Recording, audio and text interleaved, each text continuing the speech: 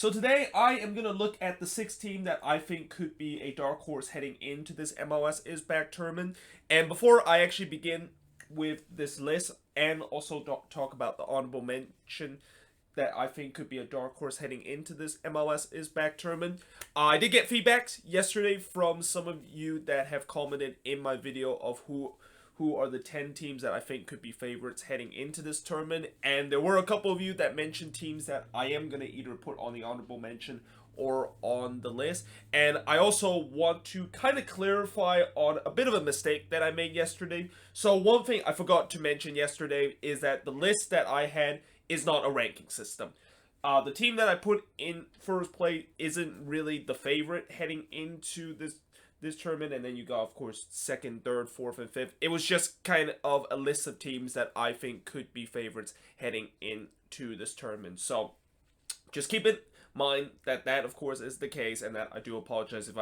if there is a little bit of a misunderstanding in terms of that. And the same goes with here too, where when you look at this list here, this is not a ranking system. This is just the 6 teams that I think could be a dark horse heading into this MLS's back tournament. And just like yesterday video, as always, if you agree with the teams that I put here on the board, let me know in the comments below. If you disagree, same thing. And if you think there are a couple of teams that also should be on the list or should be on the honorable mention, let me know in the comments below. But with that being said, let us actually get into it. And yesterday I also said that we were supposed to do 5 teams that could be a dark horse heading into this MLS's back tournament. I decided to put 6 teams this time because the first team that I'm going to put is the spoiler team that I talked about that is going to be on this list.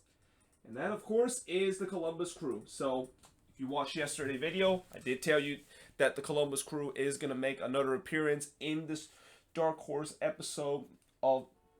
them being that heading into the tournament. And as I said from yesterday, the reason why I think they are a dark horse is that they've been my dark horse ever since the season started, and that they secretly have a very decent squad. And also they made some very good acquisition this offseason by bringing Darlington Nagbe and Lucas Zalarian as their new DP. But one thing I also didn't mention about the Crew is that they do get a couple of guys that were suffering from long-term injury back this season. One of those player that they're getting back, and probably one of the most important player, is Milton Valenzuela in that fullback position alongside with Harrison Atfill. So that should definitely give a big boost to this Columbus Crew team, and that,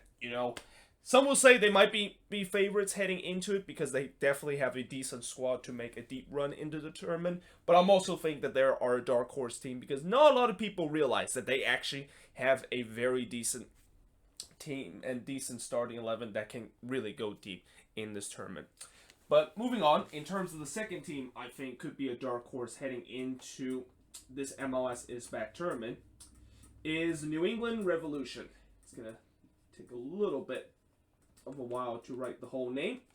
But yeah, New England is my second team that I think could be a dark horse heading into this tournament. The obvious reason is because of Bruce Arena, and knowing the fact that he's pretty much one of the best in terms of tournament-wise, and that he, of course, have won tournament both with club and country, and that knowing the fact that what he did with the Revs last year, turning a team that was literally a hot garbage team to a team that actually made it to the playoffs, was really remarkable. And that, when you look at this team-wise, they obviously bringing Adam Books up this off-season as their new striker, and that I think could definitely help them in terms of scoring more goals, and also put a little bit pressure off of Gustavo Bo, who was going to be their main goal scorer from this team. But now he, of course, will have a little bit less pressure in terms of scoring goals, and that New England actually now have a double threat in terms of going forward. So yeah, I really think this Revs team can definitely bring a little bit of a surprise. Now, the next team that I'm going to be putting them on here is also from the same group as the New England Revolution, and that, of course, is the Montreal Impact. Now, I know if you watched today's video and yesterday's video, you notice I already put 3 teams from Group C that is going to be on the list, whether they are the favorites or the dark horse heading into this tournament. And you know that coming into this tournament, most likely most of the group there's going to have have at most 3 teams heading into the round of 16, except for Group A, where a 4th team could potentially head into the round of 16. And that I'm really banking the fact that Group C, there's going to be 3 teams that might be moving on into the next round, and that the Montreal Impact could be one of those teams that could be like a best 3rd place team that move on into the next round of the MLS's back tournament. The Impact, we know that they have been into a lot of different tournaments, like the Canadian Championship and the CONCACAF Champions League. And even though when you look at the squad, it's not really particularly impressive, knowing the fact that they have a history of doing well in tournament, I think they could really be a dark horse. And plus, Thierry Henry, he's definitely done a really good job in his early spell with the Montreal Impact. I know that he probably feel like he didn't want this Impact team to be kind of a team just sit back and just trying to grind resort, and that I think his whole tactic is that he want to make Montreal a very exciting team. But as of now, I think the reason why he's going with it is because he doesn't really have a lot of attacking option, and knowing the fact that they lost Piatti during this offseason, that's going to definitely cripple in terms of their attacking source. But still, if this Montreal team can show what they did in the first 2 games, and even in the CONCACAF Champions League this season, where they can be compact and able to hit teams on the counterattack and just kind of grind resort during the group stage or even heading into the tournament, don't be surprised if this team can actually go very deep into the tournament, even though some people would say that out of all the teams that I put here on this list, and also the favorites from yesterday, they probably have the weakest squad out of all those teams. But moving on, in terms of number 4, and at number 4 is the host, Orlando City. That is going to be a dark horse team. And Orlando City is another team besides Columbus that I mentioned could be a dark horse heading into this offseason, because I obviously crowned them as the offseason champion with all those acquisitions that they have made during this offseason, and also bring Oscar Pereira back to MLS, and that hopefully he can guide them to their first playoff appearance. And actually, you know what? I'm going to have to ask Orlando City fans, if Orlando City does move on into the next round of this MLS's back tournament, do you actually count that as a playoff appearance? Because some people will say, well, this is just kind of like a crapshoot kind of tournament, and that you have a better chance of actually making it through the next round compared to if you play a full season to make it to the playoffs. But I'm pretty sure Orlando City fans will say that, yep, we're gonna count this as us making the playoffs, knowing the fact that we want to finally break that curse of not making the playoffs in our first 5-year existence in our franchise history. And they definitely have a good chance in terms of doing that. As I said, they made a lot of off-season acquisition to hope to improve the squad. And really, they have, this season, they have really done a great job. Well, as I said, this offseason, they've done a great job in terms of getting those players that they think could make a playoff run, and getting Oscar Pereira, who knows how to get the best of a team and make that team to move on into the playoffs. So watch out for Orlando City in terms of the team to watch. And I think the other reason you could say that they could potentially be a dark horse is, since they are the host and they know well, they're not going to be playing in their facility, because this is going to be in the ESPN Worldwide Complex, which is a different facility than where Orlando City usually play their games. And although I think that might be, if I'm not mistaken, Orlando City fans, maybe that is actually the same facility where they usually train, so maybe they got a little bit of an advantage to that. And obviously they get the advantage of the fact that, since they are playing in a climate that they are very familiar with, they're going to be more equipped than all other team. Although some people would argue that since they made so many off-season acquisition and they have made so many changes to their squad, that advantage might not matter, consider you bring some new kind of player heading into this season that might not have adapted to the Orlando summer climate as they're going to be dealing with in this tournament. But still, again, with all that being said, and with all those kind of things that I mentioned, I think it can really prove that Orlando City could be a dark horse heading into this tournament. But moving on, in terms of number 5, and I was kind of reluctant to put them as a dark horse because we know the Rapids this season, they are a team that could definitely make some noise, and they've shown in the first 2 games that they are definitely a team that people should really fear. So I was kind of a little bit redundant in terms of whether or not should I put the Rapids as a dark horse team, but I still want to put them there because they are a team that you could say that this is a team that could definitely move on into Group D, but they also are put into a situation where unfortunately they have to face all those good teams in Group D to try to move on into the next round. And the Rapids,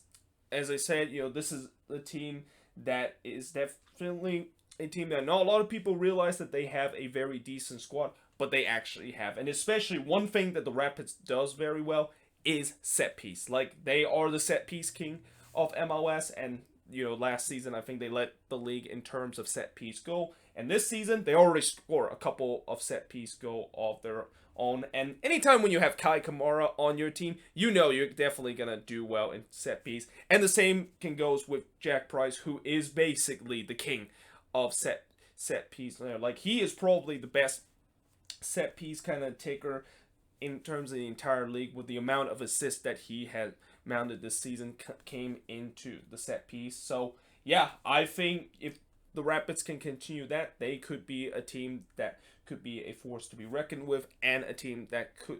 could be going deep in terms of the tournament. Although one of the reasons why maybe I think the Rapids could maybe not go deep into this tournament is the fact that they're in that tough Group D, and that in that Group D I think there's going to be one team in that group of death that unfortunately will be missed out on moving on into the next round, and that if they were in any other group, I think they would have actually moved on into the round of 16. And finally, at number 6, I am going to say FC Dallas as the last dark horse kind of team. And this one is also a little bit debatable too, because Dallas, they have proved year and year that they of course have found ways to make it to the playoffs, and that this season I think with this being the second year of Luchi Gonzalez taking this young core to basically through this season, a lot of people expect Dallas to be much better than they were the previous season. But one of the things that I also like about Dallas heading into this tournament is that they got another striker in Franco Jara, and we shall see how he is going to do, and we shall also see how that striker competition is going to be, because right now there is definitely a competition between Zdenek Odronsik and Franco Jara for that striker position, and it's going to be interesting to see whether or not if Luchi Gonzalez is going to either play both of them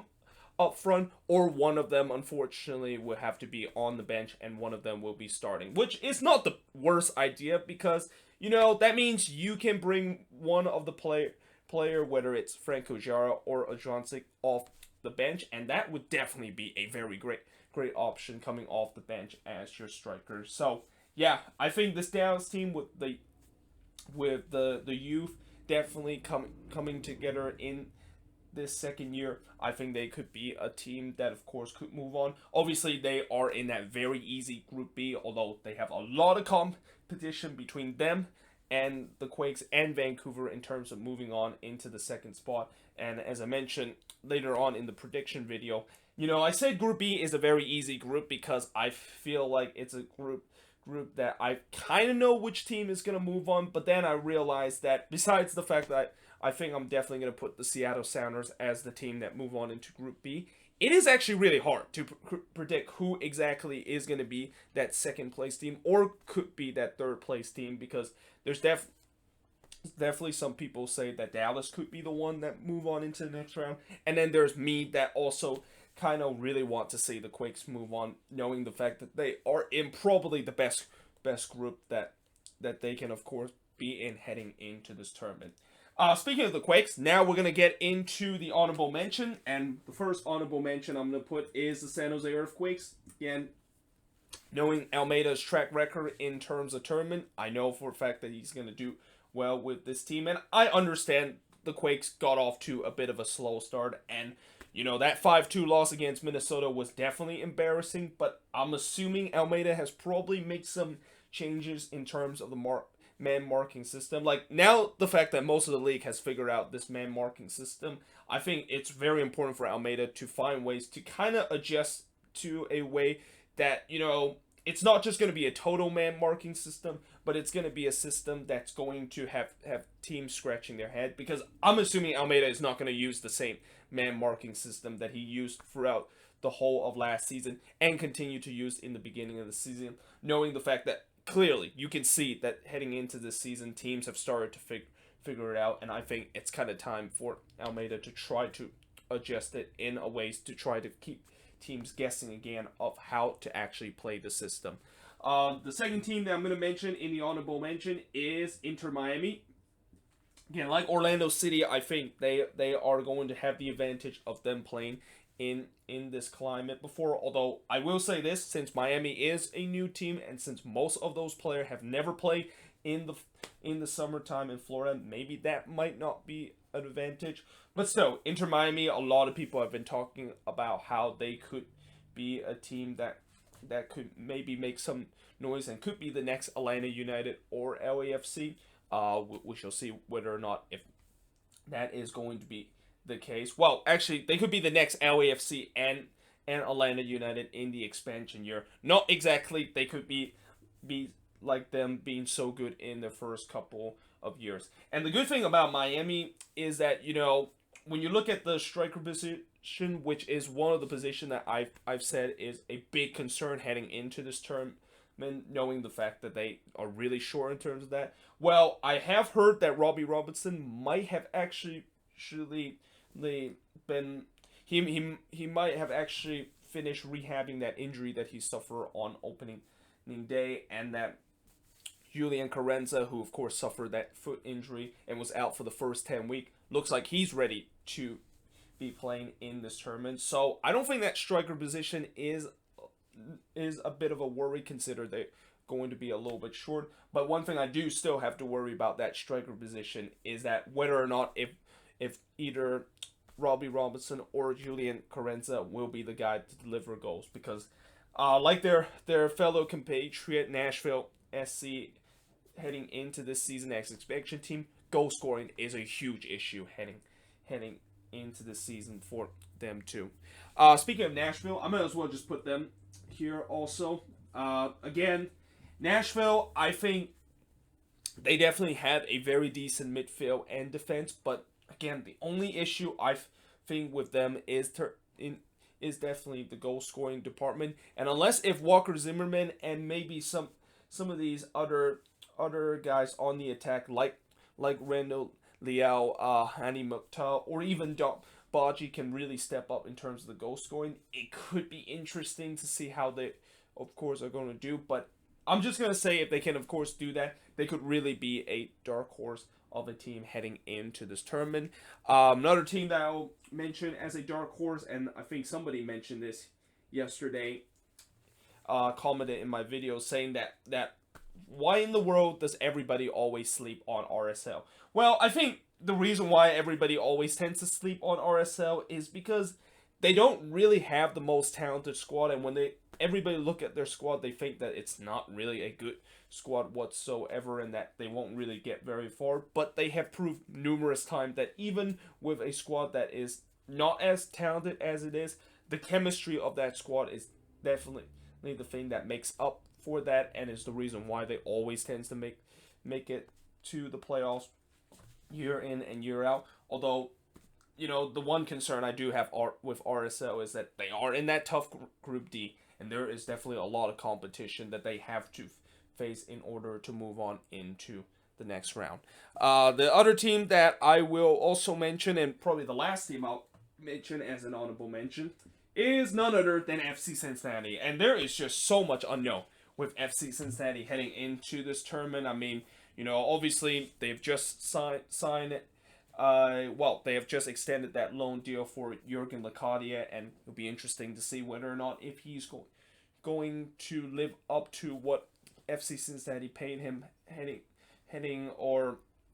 pay him during this off season, and the fact that they of course now have a new manager, and with all these kind of signings that they have made, there's a lot of unknown in terms of this team. And I think the only reason why I put them as a dark horse is, despite the fact that they have this unknown, it could be in a way where it could really surprise a lot of people, and that this team can actually be a team where, if all those pieces that they have made this during this off season has come to fruition, they could be a team that will really surprise a lot of people. Now, if those pieces does not come to fruition and they kind of fall apart like they did last season, yeah, I don't think they're going to be a big factor heading into this, but you never know. You know, there's a lot of unknown quality and a lot of question mark of whether or not we'll see if FC Cincinnati can really be a competitive team, and that is kind of really one of the reasons I will say that they could also be a dark horse team because of the unknown factor they have heading into this tournament. But there you have it. That is pretty much it. The 6 team that I think could be a dark horse team heading into this MLS is Back tournament. As always, let me know in the comments below what do you think of the teams that I put, and let me know if I left out any teams either on the list or in the honorable mention. But yeah, hope you guys enjoyed this video, and I of course will see you guys next time.